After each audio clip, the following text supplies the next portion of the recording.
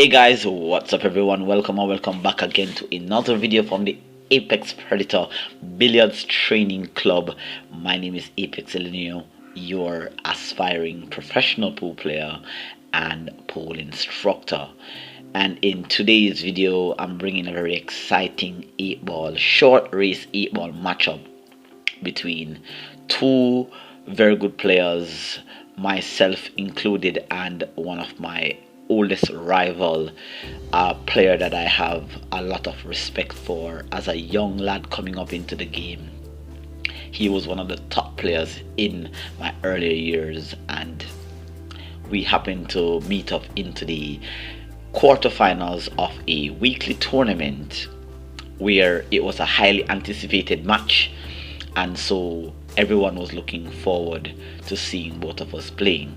Now I'm a little confused there in the video because I was looking for my pool gears, but I must let you know that I was really not in the best of form because I was actually the organizer for the event, and I had to be up and down on the floor ensuring that everybody was playing their matches whilst I was playing mine. So it's a little rough when it comes to playing tournaments in Jamaica, but it can be a fun-filled tournament. Believe me when I tell you, it was a very exciting match. Now in this 8-ball match here, I thought that I would share it with you, not for the purpose of the fact that I won the actual match, but there was just so many twists and turns in this particular match here, and so I want you to watch and see what you can learn from this. And if this is the first time here on the channel, consider smashing the subscribe button below, turning on the post notification bell, leave me a like, leave me a comment down below if it is that you are or have enjoyed the contents being posted here.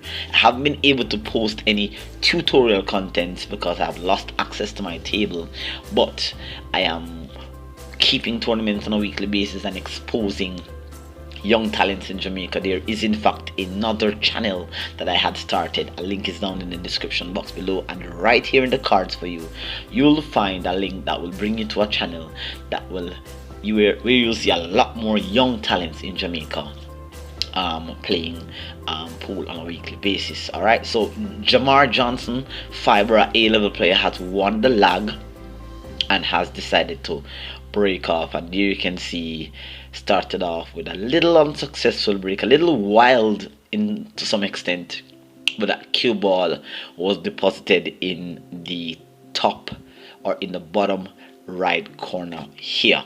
All right, and so he has given me the opportunity to start the first run.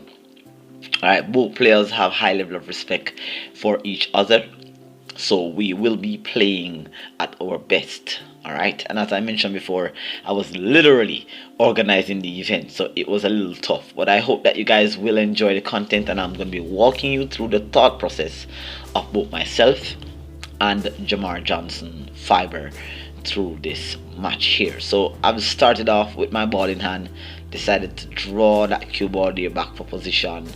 Right, if we look at the table layout here, it's not looking too bad for the stripes, hence why I've chosen the stripes. So once I can just get a couple of these balls off the table, then get myself into prime position, I should be able to get position and run this rack. A little hasty on that shot there though, very hasty, you know, a little not sure what happened. I think I didn't give the aiming process enough, but Jammar Johnson is a very strong player, and given the least bit of opportunity, this guy will make you disappear in no time. So definitely expecting him to play pretty well here. He's not in the best of form, he's really getting back into shape, so a lot of the stuff that you might see now may not be something that you're going to be seeing in the future. So expect some good quality play from Jammar Johnson coming up on this channel there. Alright, now Jammar Johnson, looking at this rack here, he definitely has a problem that he needs to resolve. He has a cluster on the 6-1, so I guess he's about to play position. Perhaps I think he applied a little bit of left spin there.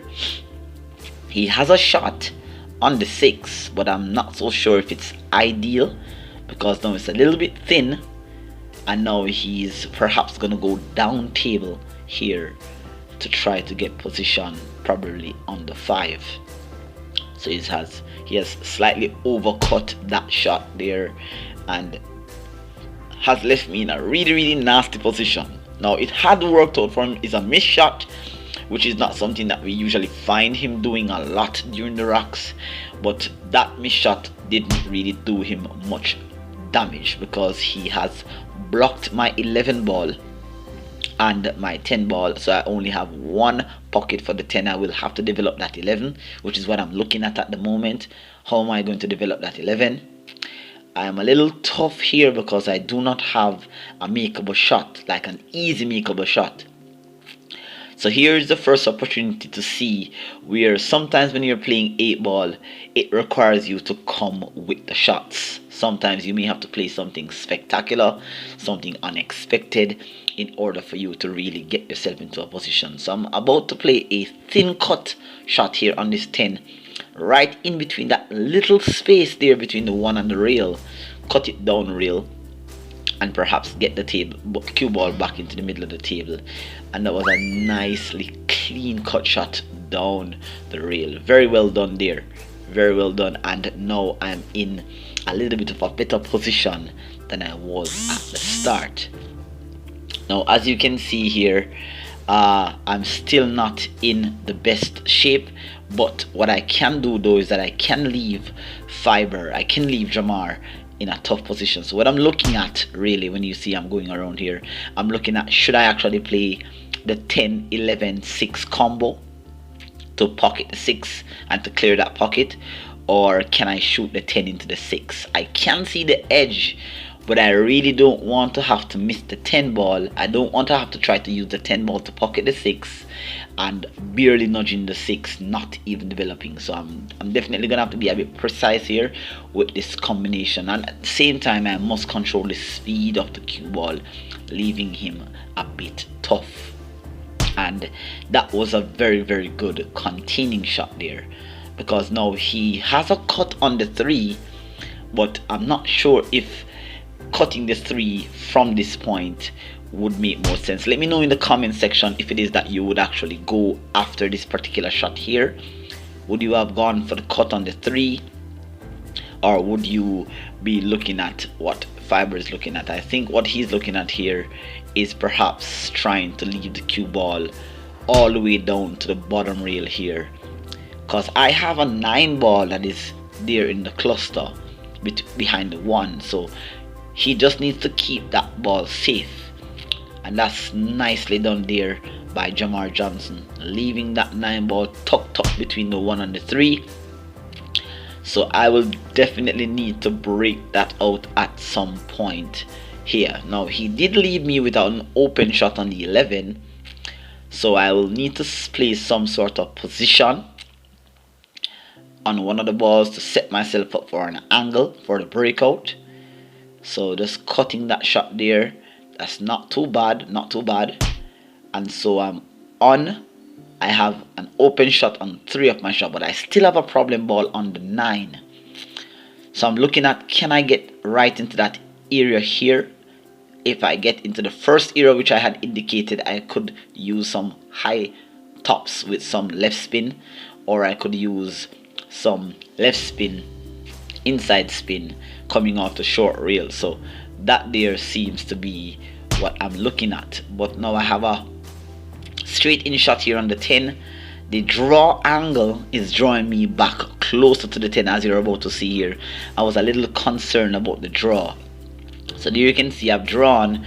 I didn't want to overdraw or make a jerky stroke, and so I would have missed position or missed the ball actually. So I think I underdrew the shot here. I came into the area, I was a little bit concerned about the angle of the draw because it was too close to the 10. I had to put a power stroke on that to get it back out. But this table is a bit fast, no lie, I can tell you. It's very unpredictable. The speed, you've got to do a lot of rolling. As you're going to see throughout the match, you're going to see a very interesting rack where I made an incredible attempt to run out an 8 ball, a clustered 8 ball rack, and just kind of misplayed position on the 8. But stay tuned guys, do not click off this video. You are going to be watching a very interesting matchup here. Now as you can see here, now I am on the 10. Now I don't really have a option where I can attack, So I'm thinking now, I'm looking defense. So I'm looking now if I can get that cue ball to be on that side there. Does it make sense to actually tie the 10 up with the 3? It does create more problems. Well, what I've decided here was just to kind of just bring the 10 all the way down to the bottom rail here, and keeping that cue ball on the short rail. He doesn't have a shot on the 5, and the 3 ball cannot pass. So now he's actually going to play defense. So already you've seen where Jammar Johnson has left me in a tough position, and once again I had to come with the shot to get myself into a position where I could possibly win. Now he has played here another excellent safety, a really excellent safety. He has wedged me up on the 3. Now I have a decision to make here, because I now know that I have a couple of kicks. I could play one rail. As you can see, I'm looking at kicking the 9 ball into the side. That's the closest ball to where I can touch. It's a little rough, because if I don't kick this accurately, I could open up the cluster, and surely Jammar Johnson would actually make a meal from this. So I decided to play an attacking shot, and once again guys, this is where I'm showing you sometimes you've got to come with the shots, and that was a really excellent kick there on the 9. Something that I've tried to study for many years, kicking. That was the shallow rail kicking system that I had just used moments ago. Normally I do these shots very well, so my audience, my fans, you guys would have already known that this is perhaps one of my best, or that's the forte of my game, or that's the forte in my pool game. Kicking is just something that I enjoy. You know, I look up to persons like Efren Battle Reyes and Shane Van Boning. These guys are really good at what they do, so I've studied my level of kicking also. So in a little bit of a tough position here, I have a tough shot on this 11 ball here. Little nervous though, not gonna lie, and as you can see there, that was a huge cut. Now what I was actually trying to do though, alright, and this is not a justification for the miss, but literally what I was actually trying to do was to actually get onto that side of the 10, right? That's what I was trying to do, but the shot was tough. I was bridging from the rail, so it was a little difficult. Now Jammar Johnson has the ideal angle here now to just kind of run through, and as I said to you guys, this table is pretty fast, and this is just an example here where Jammar Johnson literally, I'm not sure, I think he maybe wanted to actually go between the 8 and the 1 to actually get an easy cut, but I'm not sure if it was the speed. Let me know guys in the comment section, what do you think? I think he really left himself bad here, so now he has to jack up and try to come back 2 rails for the shot, and now he has left himself top, fluking that 3 ball. So I think maybe, I'm thinking that maybe if he had made the 3, would he have gotten position on the 1? I'm not so certain, but where that cue ball is at the moment is definitely not where he wanted to be, but he would have had an option to actually play defense here if he actually landed there. Now he has left me really tough. I am unable to see my 11 ball. I have a shot on the 10, but here's where sometimes you've got to play what is known as an offense defense shot, attacking while defending at the same time.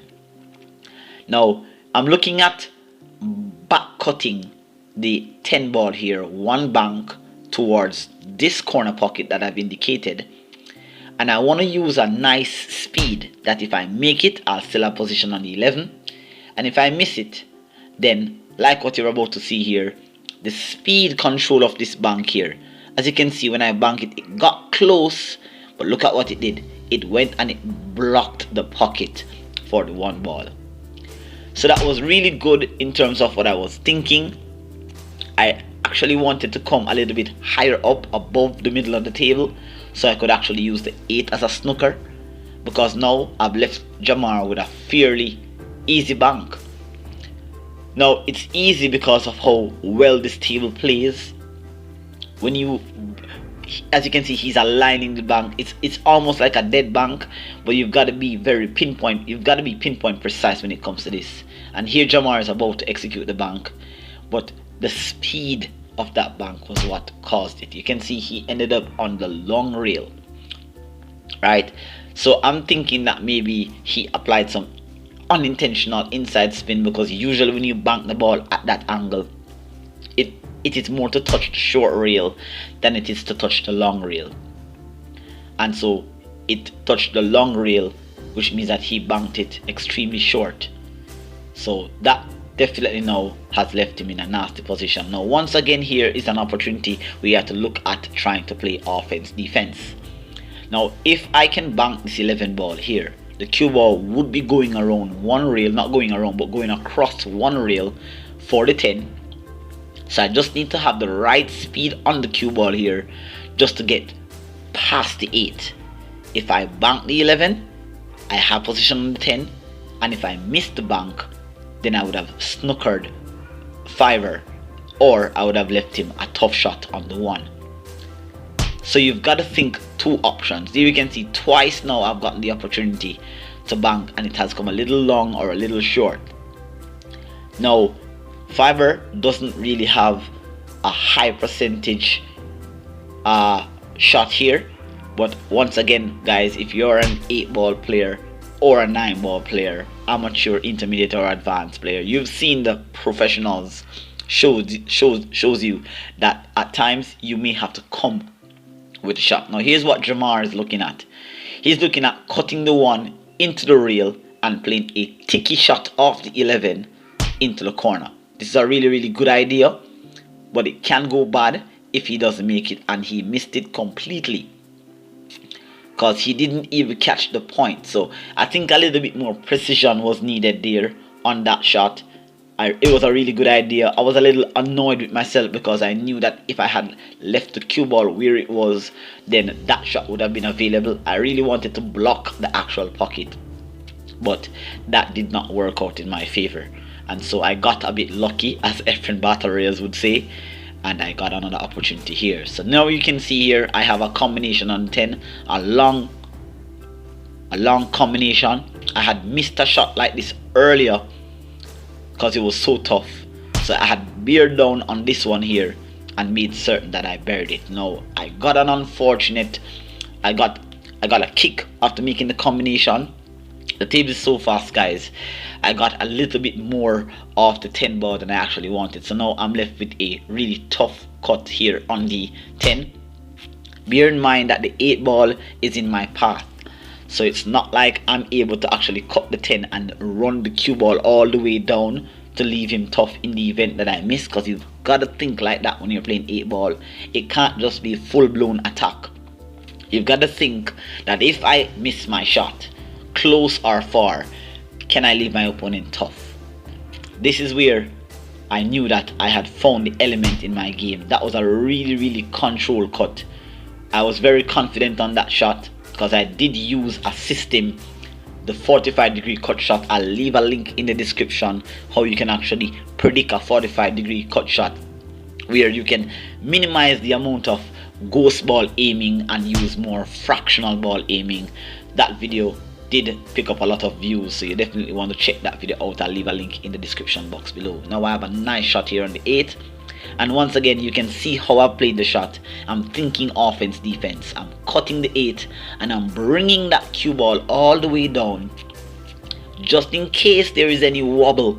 Then you will find that Jammar Johnson has a tough shot on the 1. So that was a really good rack. Let me know in the comment section guys what you thought about it. Were there any shots that I took? Were there any shots that Jammar took that wasn't shot that you would take? Let me know your comments down below. Alright, please share the video. Of course, leave me a like if you're enjoying the content, and let's continue into this match. So the score now is 1-0. It is a race to 2 between myself and a worthy compatriot, and it's a short race weekly tournament guys, so it's nothing spectacular. But if you want to see more matches, more entertaining, fun-filled matches with top players, let me know down in the comment section. I'll travel around Jamaica, I'll get these matches for you guys, and I will be posting these. So let me know what is it that you want to see differently from the tutorials that are on this channel. Alright, so not a bad break off there, not a bad break off. Have a lot of clusters. I have the 2 ball tied up with the 10, doesn't have a pocket. I have a cluster blocking the side pocket with the 3, the 5 and the 4. 11 ball, 9 ball is there. Playing a rock like this, or even attempting a rock like this, will require just you planning as you go along and as you play shots. Now I've decided there to take the solids, and it's an open table, so I use a stripe to play a solid. I have a recent subscriber let me know that he or she doesn't really like when 8 ball is played like that, when you can use an opponent's ball. But the table is open. There was no shot, there were no options. There were available options, open options for both players. So I decided to take that shot there and got myself into a nice position for that shot. So pocketing the 2 and pocketing the, not sure what ball I just pocketed, but I played a nice position here. I have a clean shot onto the 5. The 3 ball though is in a nasty little position because it's not cuttable into the side, definitely, so I will need to develop the 3. The angle that I have on the 5 here is a little sticky. The 7 ball there, as you can see, has no pocket, so I'm now gonna have to cut this 1 ball and develop the 7. Really nice shot there. That's a very good shot. Now I have a shot on the 7. It can go straight into the top right pocket. I also have a shot on the 6 that I could possibly use to develop the 3. I'm not sure if the angle is there, but clearly I'm heading down for the shot, so I'm going to be stunning, pocketing the 6 and stunning into the 3 to develop, hoping to get a nice shot on the 3. And that was a really good shot there on the breakout. So now the 3 has been developed, the 7 is open, the 5 is there, but I also still have a problem with the 8. Now here's where at times now you're going to realize that you can't just be pocketing the object ball when you're playing the 8. At some point you're going to have to slow down and identify the problem. Now 8 ball players that are watching this, whether you're from my country or far out, you've got to be attacking. If you can see, what I'm looking at here is cutting the 3 and nudging out the 8. Now I'm looking at the speed because I don't want to break out the 14 and be stuck on the short rail. So I've got to play with the right speed here. And there you can see that's a really good shot, bumping the 14, clearing the 8 and giving myself a shot on the 5 or the 7. I hope you guys saw how intelligent that shot was. I would have said the same thing if another player had played such a shot. The angle, the spin, the speed was perfect. And from a rock that almost seemed unrunnable, here you can see there another excellent display of how well it is that I'm playing at the moment. I'm really feeling it. I'm really getting into a vibe. I'm assessing everything as I go along. But now I'm in a tough position because now the cut on the 5 is too thin. It's back cut. I already checked to see that the 5 ball is beyond halfway point up the side pocket, so the back cut is thin. And now I'm looking at cutting this 7 ball. It's not a really tough shot, but I'm thinking 2 things here. If I can cut the 7, I can bump into 11 and hold position for the 5, and at the same time I want to play with the right speed. In the event that I missed on the short rail, I'll block his 10 ball for a problem. And that was a really nice cut, exactly as I had predicted earlier. As I was walking around the table, I was using the 11 ball as a stopper, and that was a really good shot. So a couple of really good shots were executed in this rock, and now I have pinpoint position. Now I remember what I was saying to myself here. I know the table is extremely fast. I wanted to roll this shot so slow, but I didn't want to fall short, nor did I want to fall I didn't want to fall short. And so as you can see, I barely rolled that shot there, and the table is so fast that it gave me a bounce that left me with literally no shot. I was so disappointed because this would have been an excellent run out from a table, as you can see from the breakout, that was unrunnable. Literally, I've only seen professional players and high advanced intermediate players that would do runouts like this. There's a lot of players in Jamaica that have done really good runouts. I'm so excited to go and watch them, and so excited to go and capture these moments where you can see great 8-ball runouts, 9-ball runouts by Jamaican players. Lots of talent is in this country. Believe me when I tell you, there is anything short of spectacular in this country. So looking forward to really sharing these moments with you here. I'm a little disappointed though at myself, because I knew that the table is fast, but I honestly didn't want to roll the cue ball too slow and left myself where I'm at. So I rolled a bit harder, bumping off the short rail, but it bumped a bit too fast. I maybe needed a bit of left spin. That would have been perfect, but now I've got to come with another shot here, right? I'm using the SID system. It's something that picked up a lot of views. It really set my channel far. The SID system is a great one reel kicking system that really allows you to not only make contact, but increase the percentage of making certain shots. Making contact with the ball is easy with the SID system. Making the shot is a high percentage once you've calculated properly. I'll leave a link in the description box below for that video. You definitely want to check that video out. You're gonna see several attempts by myself here where the SID system allowed me to literally stay in this game. Alright, the score is 1-0. It's a race to 2, so I still have another chance in the event that Jammar Johnson gives me back another shot. So there you can see I'm a little disappointed. I'm actually screwing. You're not seeing my face, but I'm actually screwing right to the side there, where I really had an opportunity there to really do a good run out, or great run out. And even then I had the kick system where I could have just pocketed that 8, but sometimes it's not to be, guys. Alright, now Jammar Johnson has left himself in an awkward position here. Really nice shot there on the 10 to come 2 rails out, but I think he underdrew the shot here, so now he's gotta go and play a bit of defense. He's gonna leave me a bit tough. That's not too bad. He has left me a bit tough. The 11 ball has landed nicely, because, well, almost nicely. He would have almost blocked the 1 rail kick angle to make contact with the 10, but he has left me tough. So this means that I'm not sure how many of you guys would actually go for this thin cut. I definitely don't want Fiber to actually come and draw level in this match, because that would be very dangerous for me.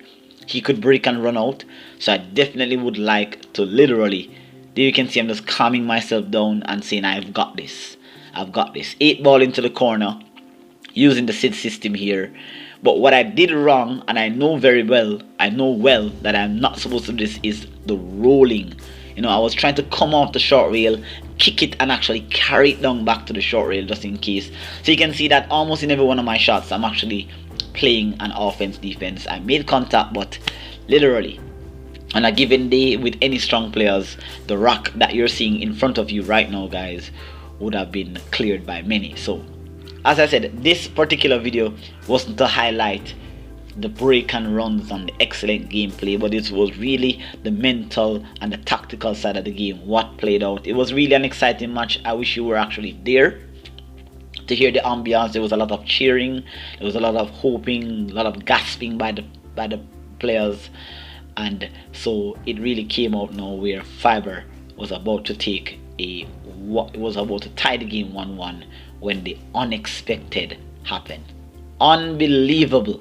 I am absolutely stunned by how Jammar Johnson actually missed this shot. I don't know how, because that was a natural roll shot for the 8. He had just conceded the game there.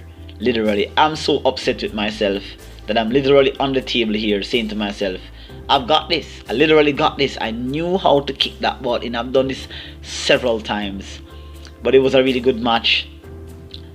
Unfortunate ending there by Fiber. Really wanted him to draw a level so it could have been a bit more exciting for you, but until then, guys, take care. I'll see you next time in another tutorial. Please subscribe to the new channel, the link is down below, and of course do not forget to share and leave your comments, suggestions down below. Look forward to great players by Apexelgenio. Do take care until next time. I'll see you in another tutorial video.